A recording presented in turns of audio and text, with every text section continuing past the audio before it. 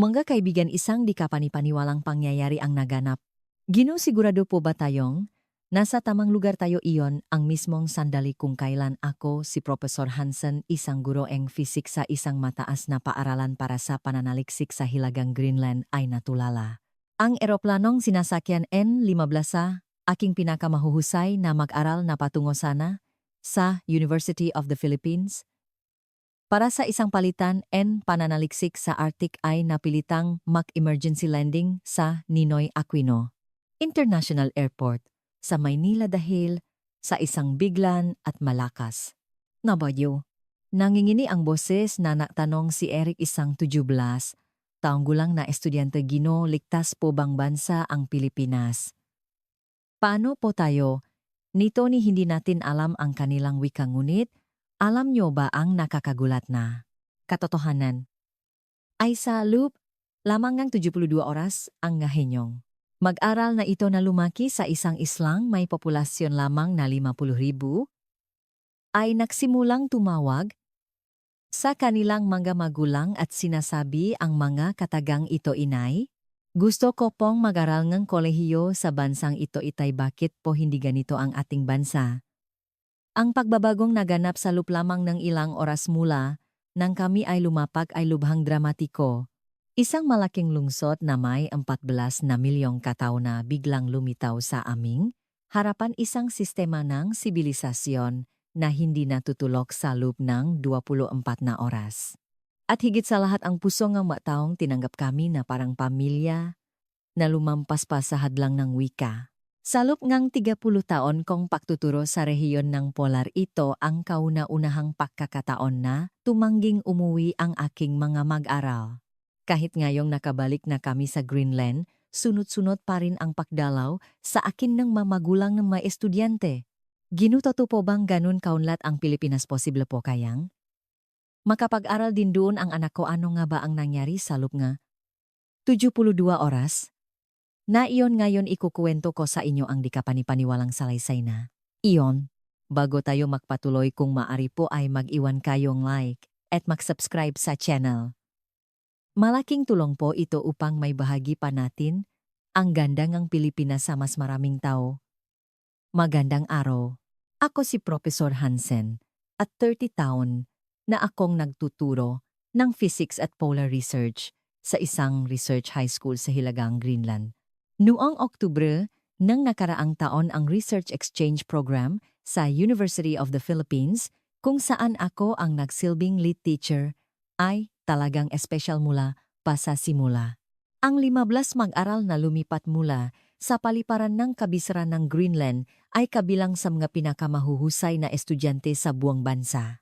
Nariyan si Eric, anak ng isang government researcher, si Ana, anak ng isang meteorologist, si Lars na anak ng isang doktor, at si Sofia, anak ng isang polar biologist. Sila ang mapaasa na mamumuno sa hinaharap ng agam sa Greenland. Ang makasama kong guro ay pawang maeksperto rin. Kasama ako, lahat kami ay may doctorate degree sa polar research, si Dr.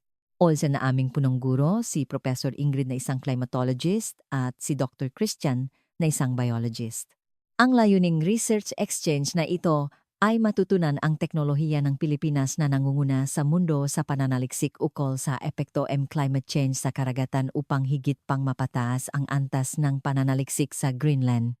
Ang orihinal na plano ay lumipat mula Greenland patungong Denmark, dadaan sa Siberia at saka tutuloy sa Maynila. Ngunit 12 oras matapos kaming lumipat, isang hindi inaasahang pangyayari ang naganap. Dahil sa isang record-breaking na bagyo na biglang nabuo sa himpapawid ng Siberia, lahat ng nakatakdang ruta ay isinara. At na pumasok ang anunsyo mula sa air traffic control, magsasagawa tayo ng emergency landing sa pinakamalapit at pinakaligtas na international airport, ang Ninoy Aquino International Airport sa Maynila. Nag-alala ang mga estudyante. Karamihan sa kanila ay hindi man lang alam kung saan sa mapa matatagpuan ang Pilipinas at ang ilan ay namutla sa takot. Sa totoo lang, kahit ako ay nag-alala. Ang tanging alam ko tungkol sa Pilipinas ay ang kanilang magagandang dalampasigan at ang pagiging mabuting lupngang nga tao. Narinig kong mahuhusay sila sa marine science ngunit wala akong ideya kung anong klase talaga itong bansa. Lampas 2:00 ngang madaling araw nang ligtas na lumapak ang aming eroplano sa Naiya. Nang makita ko ang tanawin sa labas ngang bintana hindi ko napigilang mapahinga ng malalim. Mas maliwanag at moderno ito kaysa sa anumang pasilidad sa Greenland. Ang terminal na nababalot sa dambuhalang istrukturang salamin ay tila lumabas mula sa isang science fiction na mundo. Hindi ito may kukumpara sa aming maliit na paliparan sa Kabisera. Pagpasok namin sa terminal doon ko naranasan ang unang pagkamangha. Kahit hating gabi na lahat ng pasilidad ay perpektong gumagana. May mga staff sa information counter at walang tigil ang mga cleaning staff sa pagpapanatili ng kalinisan. Sa airport ng Greenland, halos lahat ng serbisyo ay tumitigil pagsapit ng gabi, ngunit dito ibang-iba. Habang naghihintay kami para sa immigration, naranasan ko ang aking ikalawang pagkagulat. Sa kabilangang biglaang pagdating ng isang malaking grupo nga dayuhan hindi man lang nataranta ang nga staff ng airport, sa halip agad silang nagtalaga nga interpreter na nakakaintinding Danish at Greenlandic. Sa loob ng 30 taon kong pagbisita sa mga research facility, sa buong mundo ngayon lang ako nakakita ng ganito kabilis at kalmadong pagtugon. Dahan-dahan at maingat na ipinaliwanag nga interpreter ang sitwasyon, isinasaalang-alang ang edad ng mga estudyante. Mula sa pag-ayos ng aming tutuluyan hanggang sa plano para sa kinabukasan, lahat ay detalyado nilang inasikaso. Nag-alok pa sila na ang makikipag-ugnayan sa Research Institute sa University of the Philippines para sa amin. Ito ay isang antas ng serbisyo na hindi maisip sa airport ng Greenland. Humanga rin ako sa kanilang automated immigration system dahil sa intuitive na disenyo nito. Kahit ang mga estudyanteng unang beses gumamit ay madali itong nagamit. Mayroong iba't ibang wika sa screen kabilang ang Ingles, at kung may estudyanteng nalilito agad nalalapit ang isang staff na may ngiti upang tumulong. Pati ang pagkuha ng bagahe ay kahanga-hanga. Sa isang malaking screen real-time na ipinapakita ang status ng mga bagahe ng bawat flight. Ang pag-aalala sa mga delay o pagkawala ng bagahe na karaniwan sa airport ng Greenland ay tila impossible dito. Pagkatapos ng immigration, habang naghihintay kami ng bus papuntang hotel, kitang-kita ang pagbabago sa mukha ng estudyante. Nawala ang kanilang pagkabalisa at napalitan ito ng kuryosidad at pananabik. Lumapit sa akin si Eric, ang 17 taong gulang na estudyante, at sinabing, may pakamangha, Gino, ganito pala kaabante ang Pilipinas na punta, poyata tayo sa isang kamangha-manghang lugar. Lampas 2:00 na, nang madaling araw nang sumakay kami sa airport bus. Malinis ang loop at comfortable ang nga upuan. Agad napansin ngang driver na mga dayuhan kami. At magalang siyang nakpaliwanag sa Ingles. Mga 1 oras po ang biyahe papuntang Makati.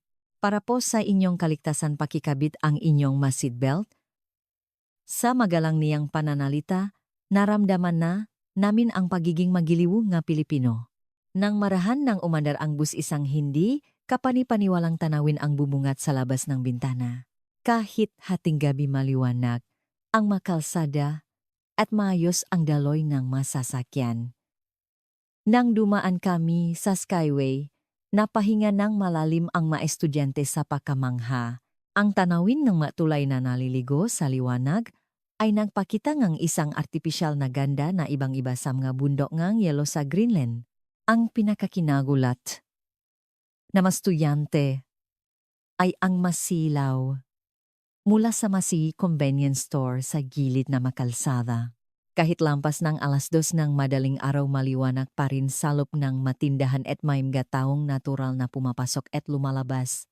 Sa atin 10:00 pa lang ng gabi, sarado na halos lahat ng tindahan, bulong ang isa. Dahil doon, tinanong ako ni Ana Gino, hindi po ba natutulog ang mataw sa Pilipinas? Ang isa pang kapansin-pansin ay ang makabatang babae na mag-isang umuwi kahit hating gabi. Kahit lampas 2:00 na kalmado silang naglalakad at walang bahid ng takot o pangamba sa kanilang paligid, sa Greenland dahil sa kakaunting populasyon bihira na ang lumabas sa gabi at hindi maisip na isang babae ang mag-isang maglalakad ng hating gabi. Di nagtagal papalapit na ang bus sa lugar na Makati at bumungat sa aming bintana ang hanay ng nga nagtataasang gusali. Ang tanawin ng siyudad pagkatapos dumaan sa skyway ay sadyang nakamamangha. Wow! Sigaw nga, estudyante, at sunod-sunod nilang inilabas ang kanilang mga smartphone. Walang tanawin sa Greenland ang ganito kadakila kamoderno at tila nangunguna sa hinaharap. Nakarating kami sa hotel bandang 3:00 ng umaga. Ngunit kahit sa ganoong oras buhay na buhay pa rin ang paligid. Ang mga ilaw mula sa 2:04 oras na mga kainan at kafe ay nagbibigay liwanag sa mga kalsada at may ilang customer pa ring pumapasok sa mga convenience store. Tila ba walang konsepto ngang paktulok ang lungsod na ito. Ganun kabuhay at kapulsado ang gabi sa Maynila. Sa Greenland, sa ganitong oras ang bayan ay lubok na sa katahimikan na parabang niyakap ngang malalim na pagkakatulog. Ngunit sa Maynila, ibang-iba. Habang nagche-check-in kami sa hotel doon ko naranasan ang unang matinding pahanga sa biyaheng ito. Isinasaalang-alang ng front desk staff ang edad ng mga estudyante at maingat silang binigyan ng mga kwarto sa isang tahimik na palapag. Detalyado rin nilang ipinaliwanag ang oras ng almusal kinabukasan pati na ang makalapit na convenience store at kainan. At ang pinakatumatak sa aking puso ay ang kanilang taos-pusong pagbati. Hindi ito mekanikal, mainit at habang nakatingin sa aming mamata sinabi nilang, "Welcome po sa Pilipinas." Sa sandaling iyon tila biglang nawala ang pagod ko sa mahabang biyahe. Habang paakyat kami sa aming makwarto gamit ang elevator pabulong na sinabi sa akin ng isang estudyante, "Gino, ganito pala ang bansang ito." Tahimik na tumango ang ibang mga estudyante. Ang mga batang ilang oras lang ang nakalipas ay punong takot at kaba ngayon ay nakniningning ang nga mata sa kuryosidad at pananabik. Nang gabing iyon hindi ako agad makatulog sa sobrang pananabik. Hindi ko palubos na maisip kung anong makaranasan ang naghihintay sa amin sa susunod na 3 araw. Kinaumagahan isang hindi inaasahang pangyayari ang naganap. Habang nag-almusal kami sa lobby nga hotel, narinig ko ang isang pamilyar na usapan mula sa katabing mesa. Ang bilis ang pagkatunaw. Ang yelo sa Arctic ay 30% na mas mabilis kaysa sa inaasahan, sabi ang isang boses sa Ingles. Nang lumingon ako, may 3 Pilipinong high school student na halos kasing edad ng mga estudyante ko nakaupo at nakaharap sa isang laptop at pinag-aralan ang isang komplikadong graph. Dahil sa kuryosidad lumapit si Eric. At dun isang Pilipinong estudyante si Miguel, isang 17 taong gulang na lalaki ang nagsalita sa matatas na Ingles. "Taga Greenland ba kayo sa school? Kasi namin nag-aral kami tungkol sa Arctic." Nagulat si Eric. Hindi niya inakalang may mga high school student sa Pilipinas na nag-aral tungkol sa Arctic. Miyembro pala sila Miguel ng Science Club sa isang kilalang science high school sa Quezon City. At gamit ang real-time data, mula sa isang satellite, araw-araw nilang minomonitor ang paggalaw ng yelo sa Greenland. "Ito ang data mula sa lugar ninyo kahapon," sabi ni Miguel habang ipinapakita sa screen ang isang 3D na imahe ng glacier sa aming bayan. "Sa aming paaralan isang beses sa isang buwan lang kami nakakatanggap ng satellite data." Ngunit ang mga Pilipinong high school student na ito ay tinitingnan ang high-resolution data na nag-update kada oras sa kanilang mga smartphone. "Taka, malapit yan sa aming nayon, hindi ba gulat na?" sabi ni Ana. Ang nasa screen ay tiyak na ang glacier sa aming rehiyon. At ang kalidad ng analysis ay mas mataas pa kaysa sa mga kagamitan sa research lab ng aming unibersidad. "Kahit high school students, kaya nyo nang gawin ang ganitong pananaliksik sa Pilipinas?" tanong ni Eric. Sumagot si Miguel na parabang natural lang ito. "Sa ilalim ng programa ng Department of Science and Technology DOST, Lahat ng high school student sa mga science high school ay may access sa database ng Philippine Space Agency PhilSA. Ang resulta ngang aming pananaliksik ay ipipresenta namin sa isang international conference sa susunod na buwan. Natigilan ako. Sa Greenland kahit mga graduate student ay bihirang magkaroon ng pagkakataong magpresenta sa isang international conference. Ngunit para sa mga Pilipinong high school student na ito normal lang iyon. Ang mas lalo kong ikinagulat ay ang analysis software na kanilang ginagamit. Ito ay isang makabagong software na gumagamit ng artificial intelligence na hindi pa namin kayang bilhin sa aming laboratorio dahil sa budget. Libre po itong gamitin, paliwanag ni Miguel. Sa sandaling iyon nakbago ang ekspresyon ng aking mga estudyante. Sa Greenland, ang lisensya para sa ganoong software ay nakakahalaga ng halos 3 milyong piso kada taon. Ngunit sa Pilipinas libre, itong ginagamit ng mga high school student. Ito po ay suportado ng gobyerno bilang budget para sa edukasyon. Priority nila ang pamumuhunan sa mga kabataan para isulong ang agham at teknolohiya. Nang hapong iyon binigyan kami ngang pakakataong bisitahin ang paralan ni na Miguel. Pagpasok namin sa gusali hindi kami makapaniwala sa aming nakita. Bawat silid-aralan ay may mga makabagong computer 3D printer at kahit maliliit na electron microscope. Sa physics lab nagsasagawa ng eksperimento sa quantum mechanics ang mga estudyante. Gamit nila ang mga kagamitang pang-eksperimento na hindi ko pa nakikita. Kahit sa universidad, sa Greenland, at ginagamit ito ng mga high school student na parabang sanay na sila. Ito po ang bagong set ng mga kagamitan na ipinamahagi ng gobyerno. Nung nakaraang taon paliwanag ng physics teacher na si Ginong de la Cruz. Lahat po ang science high school sa bansa ay mayroon nito. Nanginginig ang boses na sinabi sa akin ni Eric Ginong mas moderno pa po ang laboratorio dito kaysa sa eskwelahan natin. Sa science lab, isang mas nakakagulat na tanawin ang naghihintay. May mga grade 11 na estudyante na nagsasagawa ng research sa pagdevelop ng mga bagong materyales. Ang kanilang pag-aral ay katumbas ng antas ng master's degree sa aming universidad. Sa susunod na linggo bibisita po ang mga researcher mula sa isang kumpanya sa Binguro na si Ginang Reyes. Ang mga magagaling na research ay maring makatanggap ng scholarship offer mula sa mga kumpanya bago pa man sila makolehiyo. Sa biology lab nakilala namin ang mga estudyanteng gumagamit ng gene analysis, equipment para pag-aralan ang mga mikrobyo sa Arctic. Ang kanilang research team ay eksakto sa ginagawa namin sa aming universidad. Naka-analyze na rin po kami ng samples mula sa Greenland, sabi ni Isabella, isang grade 12 student na presidente ang biology club.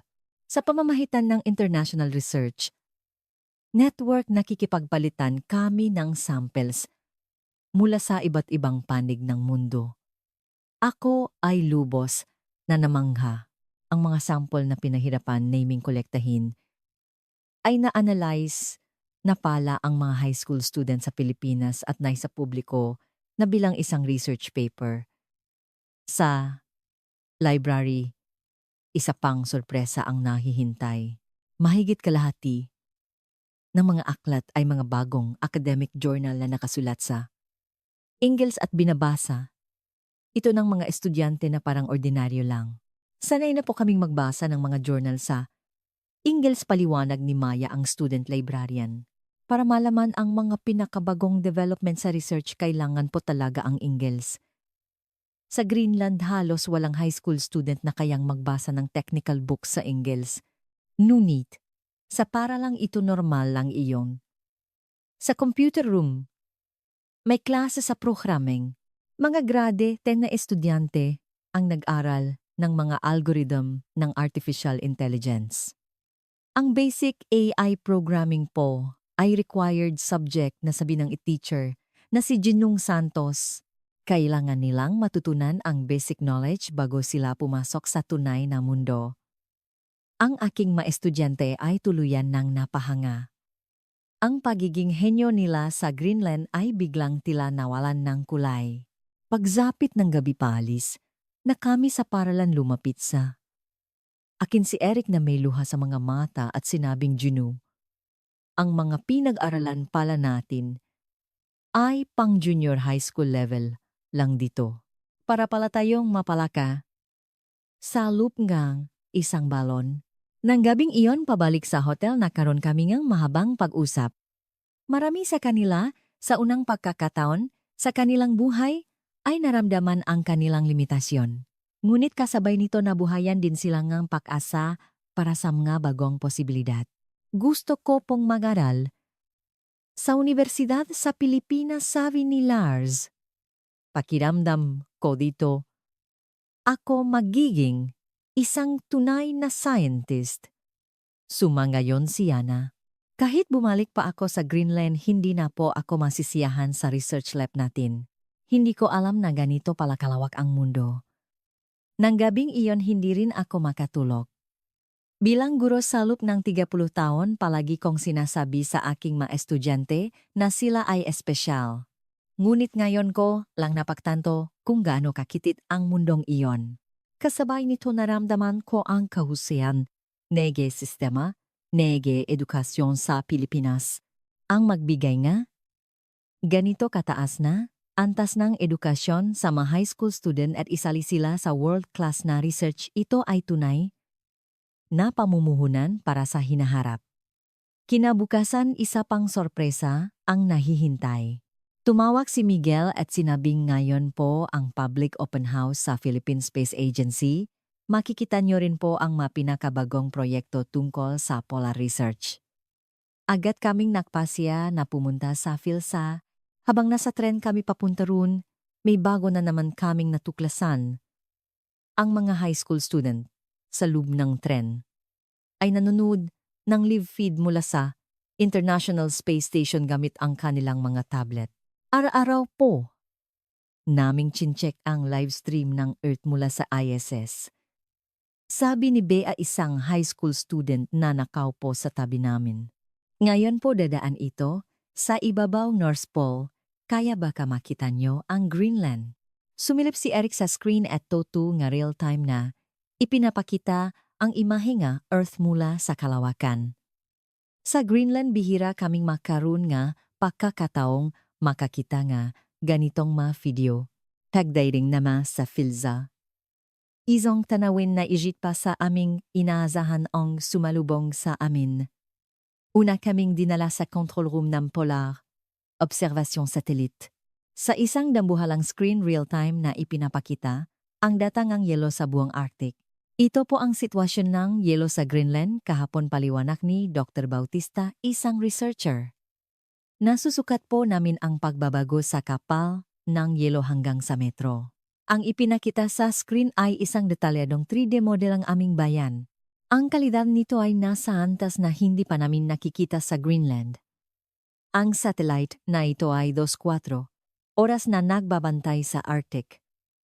Ang data ay ibinabahagi sa mga research institution sa buong mundo, dagdag ni Dr. Bautista. Namangha ako. Sa aming research lab sa Greenland inabot ng ilang buwan bago makuha ang ganitong pinakabagong data. Ngunit sa Pilipinas kahit mga high school student ay may real-time access dito. Sunod kaming dinala sa Artificial Intelligence Research Lab. Dito isang supercomputer para sa climate change prediction ang gumagana. Ang AI system na ito ay kayang ulan ang pagbabago sa yelo en Arctic 100 taon mula en gayon, paliwanag ni Dr. Reyes, ang team leader ng AI research. Posibleng 50 taon na mas maaga kaysa sa inaasahan ang tuluyang pagkatunaw ng yelo sa Greenland. Nang makitang aking mga estudyante ang simulation results sa screen, natigilan sila.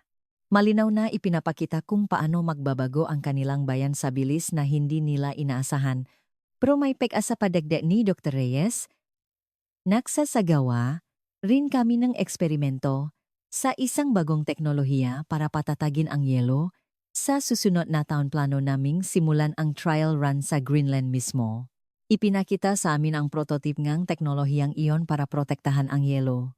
Ito ay isang teknolohiya kung saan ikakalat ang isang espesyal na material na nagre-reflect ng sikat ng araw sa ibabaw ng yelo upang pabagalin ang pagkatunaw. Kung magtatagumpay ang teknolohiyang ito, mapoprotektahan natin ang yelong Greenland ng mahigit 100 taon, paliwanag ni Dr. Reyes. Ito ang teknolohiya na magliligtas sa inyong bayan. Umiyak na sinabi ni Ana, hindi po namin alam na ganito karaming Pilipino ang nagsasaliksik para iligtas ang aming bayan. Bumisita rin kami sa Robotics Research Building. Dito dinedevelop ang mga autonomous robot para sa polar exploration. Ang robot na ito ay magsasagawa ng investigasyon sa mga lugar na sobrang lamig at hindi kayang puntahan ng tao, paliwanag ni Dr. Santiago, isang robotics expert. Sa susunod na taon gagamitin ito sa isang exploration sa loop mismo ngang yelo sa Greenland. Sa isang demonstrasyon ipinakita nila kung paano gumagana ng maayos ang robot kahit sa 50 gram na kapaligiran. May kakayahan itong bumutas sa yelo, suriin ang loop at automatikong magpadalang data. Napakagaling na teknolohiya, sabi ni Lars. Ang maginagawa namin ng mano-mano sa Greenland kayang gawin ng robot na ito ng 24 oras na walang tigil. Pagsapit ng hapon bago kami umalis sa Space Center, binigyan kami ng isang espesyal na karanasan, isang zero-gravity simulation gamit ang Totong training simulator para sa mga astronaut. Isa-isang pumasok ang mga estudyante sa simulator at naranasan ang pakiramdam na tingnan ang Earth mula sa kalawakan. Doon nakaroon sila ng pagkakataong makita ang kanilang sariling bayan, ang Greenland, mula sa itaas. Ganito pala kaganda ang Earth, bulong ni Eric. At ganito pala kalit. Ang tinitirhan natin ay isang napakalit na tuldok lang pala. Nahangarin si Sofia. Pero para sa maliit na bayang iyon, nagtutulungan ang nga tao mula sa buong mundo. Balang araw gusto ko ring makagawa ng research na makakatulong sa buong mundo. Nang gabing iyon, pabalik sa hotel, nagsimula ang isang seryosong diskusyon sa pagitan ng mga estudyante. Hanggang ngayon ang sarili lang nating mundo ang tinitingnan natin, sabi ni Eric. Pero sa katotohanan, konektado pala tayo sa lahat ng tao sa mundo. Mas marami pang alam ang nga high school student sa Pilipinas tungkol sa mundo kaysa sa atin, dagdag ni Ana. Pero mas mapakumbaba sila at may kagustuhang matuto. Seryosong sinabi ni Lars, ano ang dapat nating gawin pagbalik natin sa Greenland? Hindi pwedeng manatili na lang tayong nga palakas sa loop ng balon. Kasama nila, akong nag-isip. At isang sagot ang nabuo sa isip ko, maging tulay kayo sa pagitan ng Greenland at ng mundo, sabi ko. Dalhin ninyo ang manatutunan ninyo sa Pilipinas sa ating bayan at ituro ninyo sa mga kabataan ng Greenland kung gaano kalawak ang mundo. Naliwanag ang matang mga estudyante. Tama po, kung magbabago kami, magbabago rin ang Greenland, sabi ni Sofia. Sa aming huling umaga, isang huling sorpresa ang naghihintay. Nagpunta sina Miguel sa airport para ihatid kami at binigyan nila ang bawat isa sa amin na isang handmade na souvenir, isang 3D printed na globe. Detalyadong ginawa ang bahagi ng Arctic at may maliliit na LED lights sa Greenland at Pilipinas. Para lagi niyong maalala na konektado tayo, sabi ni Miguel. At inaasahan ko ang araw na makakasama tayong manaliksik. Umiyak na sumagot si Ana, babalik po kami sa Pilipinas. Sa pagkakataong iyon, mas marami na kaming alam para makipagdiskusyon sa inyo ng pantay. Sa tren papuntang Naya, tahimik na nakatingin ang mga estudyante sa labas ng bintana. Ang ikli pa lang ang 3 araw, bulong ni Eric. Pero ito na yata ang pinakamahalagang 3 araw sa buhay namin, sagot ni Lars. Sa airport habang nag-ayos ng aming pag-alis, buong puso kaming nagpasalamat. Bumalik po kayo ulit sa Pilipinas, sabi ng mga staff habang mainit na kumakawi. Nang makasakay sa eroplano at habang tinitignan ang Maynila mula sa itaas, naramdaman ko ang paglago ang aking mga estudyante. Sila na puno ngang takot. 3 araw na ang nakalipas ngayon ay may layunin at determinasyon na sumulong. Ito ang pinakamasayang sandali para sa isang guro. Ginu, sabi ni Eric sa akin. Magbabago po kami. Magbabago rin ang Greenland. Tahimik akong tumango. Kayang-kaya nyo yan. Nakarating kami sa airport ng Greenland kinahaponan ng susunod na araw. Sinalubong kami ng mga magulang at nagulat sila sa sobrang kasiklahan ng mga estudyante. Itay sa Pilipinas may mga high school student na nag-aral tungkol sa kalawakan kwento ni Eric sa kanyang ama. Inay, araw-araw minomonitor ng mga high school student sa Pilipinas ang kalagayan ng 18 mga glacier. Paliwanag ni Ana sa kanyang ina. Sa una naguguluhan ang mamagulang ngunit dinagtagal nakita ko ang pagmamalaki sa kanilang mamata. 1 linggo pagkatapos naming bumalik isang kamanghamanghang pagbabago ang naganap. Ang nga video ngang kanilang karanasan sa Pilipinas na ipinosnam nga estudyante sa social media ay naging malaking usap-usapan sa mga kabataan ng Greenland. Ang pinakasikat ay ang video kung saan nag-analyze ang satellite data ang mga Pilipinong high school student. Umabot ito sa mahigit 50,000 views, isang napakalaking numero kung isa sa alang-alang ang populasyon ng Greenland. Ang comment section ay napuno ang mga tanong. Tulad ang ganito, ba talaga kagaling ang mga high school students sa Pilipinas? Hindi tayo pwedeng magpatalo, gusto kong mag-aral sa Pilipinas na garoon din ng malaking epekto sa aming paralan. Agad na nagsumite ng ulat si Dr. Olsen sa Ministry of Education ng Denmark na nagmumungkahing pag-aralan ang sistema ng edukasyon sa Pilipinas at i-adopt ito sa Greenland. Ako naman ay nagbigay ng isang special lecture sa Education Committee. Ang pamagat nga aral mula sa Pilipinas, isang bansa nga ham at teknolohiya. Puno ang venue at maraming ma-edukator ang seryosong nakinig. Ikinuwento ko ang lahat ng nakita ko sa Pilipinas, ang katotohanan na ang nga high school student ay malayang gumagamit ng mga makabagong kagamitan at nagsasagawa ng international level research. Sa question and answer portion, sunod-sunod ang nagdaas ng kamay. Totoo po bang nag-aral ng AI ang mga high school student? May access po ba talaga ang mga high school student sa data ng PhilSA? Gaano kalaki ang budget na inilalaan ng gobyerno nila sa edukasyon? Lahat sila ay nagpakita ng matinding interes sa sistema ng edukasyon sa Pilipinas. Ang pinakakinagulat ko ay ang pagbabago sa mga estudyante mismo. Pagkawi mas naging seryoso sila sa pag-aral, lalo na sa Ingles. Para makipagdiskusyon ng pantay sa mga estudyante sa Pilipinas, kailangan naming pagbutihin ang aming Ingles, sabi nila. Araw-araw tinitingnan ni Eric ang website ng PhilSA para subaybayan ang mga bagong research at ibinabahagi niya ito sa ibang estudyante. Si Ana naman ay nagsimulang makipag-email sa mga Pilipinong estudyante, nagdidiskus tungkol sa polar ice data at naghahanap ng posibilidad ng isang joint research. Si Lars ay nag-aral mag-isa kung paano gumagana ang 3D printer at natutong gumawa ng mas simpleng modelo. Pagbalik ko sa Pilipinas, gusto kong may pakita rin akong gawa, sabi niya. 2 buwan ang lumipas, isa pang himala ang naganap. Isang opisyal na proposal para sa isang educational exchange program ang dumating mula sa Department of Education at DOST ng Pilipinas. 5 mahuhusay na high school student mula sa Greenland ang imbitahan bawat taon para sumali sa isang taong research program sa Pilipinas. Ang mas nakakagulat ay ang alok na scholarship mula sa mga kumpanyang Pilipino na may layuning suportahan ang mga susunod na henerasyon ng polar researchers. Kumilos din ang gobyerno ng Denmark. Malaki ang itinaas sa budget para sa edukasyon ng Greenland at sinimulan nilang pag-aralan ang pag-adopt ng sistema ng edukasyon na tulad ng sa Pilipinas. Pakalipas ng 6 na buwan nakatanggap ako ng isa pang nakakagulat na balita. Sina Eric, Ana at Lars ay nanalo sa International Youth Science Olympiad. Ito ang unang beses sa kasaysayan na may nanalo mula sa Greenland.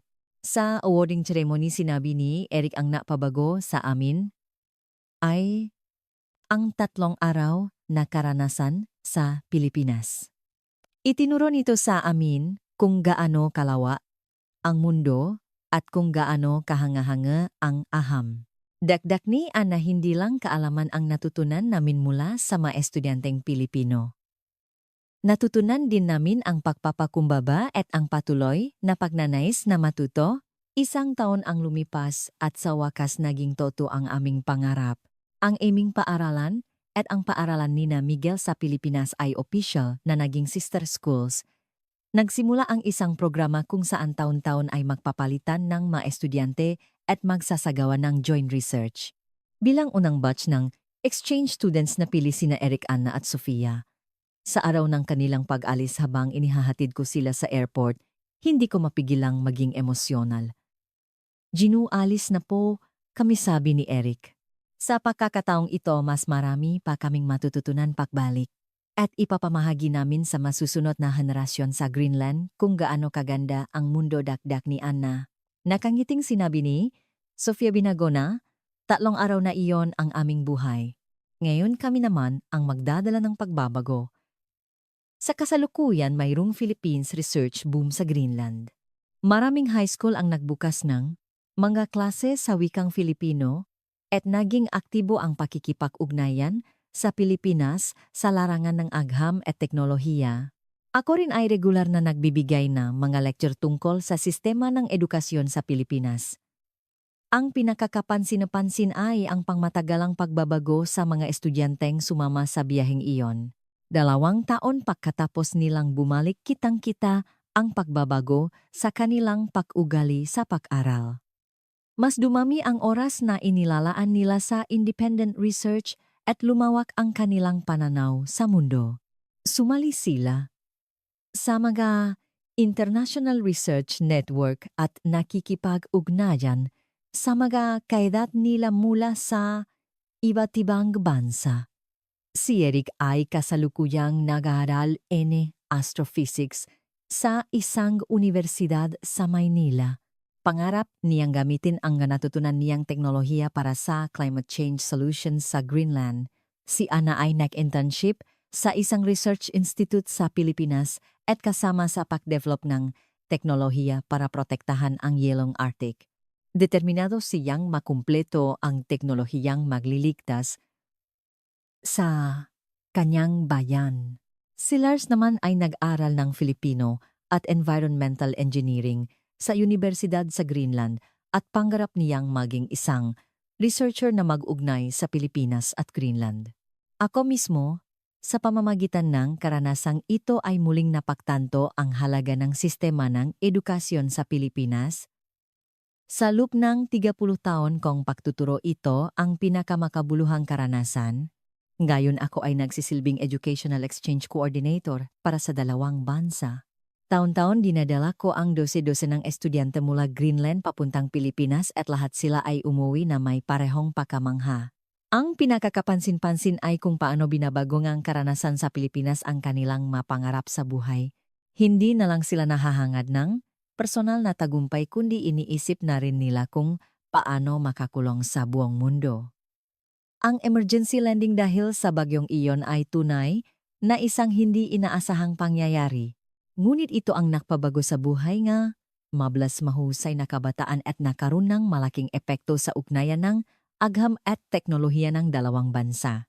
Hanggang ngayon habang nahihintay ako eroplano sa airport, na alala ko pa rin ang araw na iyon. Ang mamuhangang mga estudyanteng puno ng takot.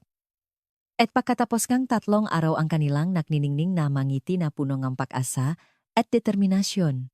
Ang tunay na lakas ng Pilipinas ay hindi lamang sa kanilang makabagong teknolohiya. Ito ay nasa kanilang pamumuhunan sa kabataan, sa diwangang pagbabahagi ng kaalaman at sa pusong nag-isip para sa kinabukasan ng buong mundo. Sana mas marami pang kabataan mula sa Greenland ang makaranas ng tunay na Pilipinas. At sana ang karanasang iyon ay magpayaman sa kanilang buhay at lalong magpatibay sa pagkakaibigan ng ating mga bansa. Walang hangganan ang agham at teknolohiya. walang hadlang na wika sa pusong naghahangat ng kaalaman. Ang kwentong 3 araw na nagsimula sa isang aksidente ay naging isang malaking tulay na nag-ugnay sa ating dalawang bansa. Ang edukasyon ay hindi lamang pagtuturo ng kaalaman. Ito ay pagbubukas ng pinto sa mundo at pagpapakita ng walang katapusang posibilidad. Iyan ang natutunan ko sa Pilipinas. Hanggang dito na lang ang ating kwento para sa araw na ito. Ang himala nga, mga henyong high school student mula sa Greenland na napatpat sa Pilipinas dahil sa isang bagyo at nagbago ang pananaw sa buhay sa loob ng 3 araw. Ano ang masasabi ninyo mangyaring mag-iwan ng komento? Ng suporta para sa mga bida ng ating kwento. Ito po ang inyong gandong satidasyon, Inspiration Station. Kung nagustuhan ninyo ang kwentong ito, paki-like at mag-subscribe po sa aming channel. Maraming salamat sa panunod.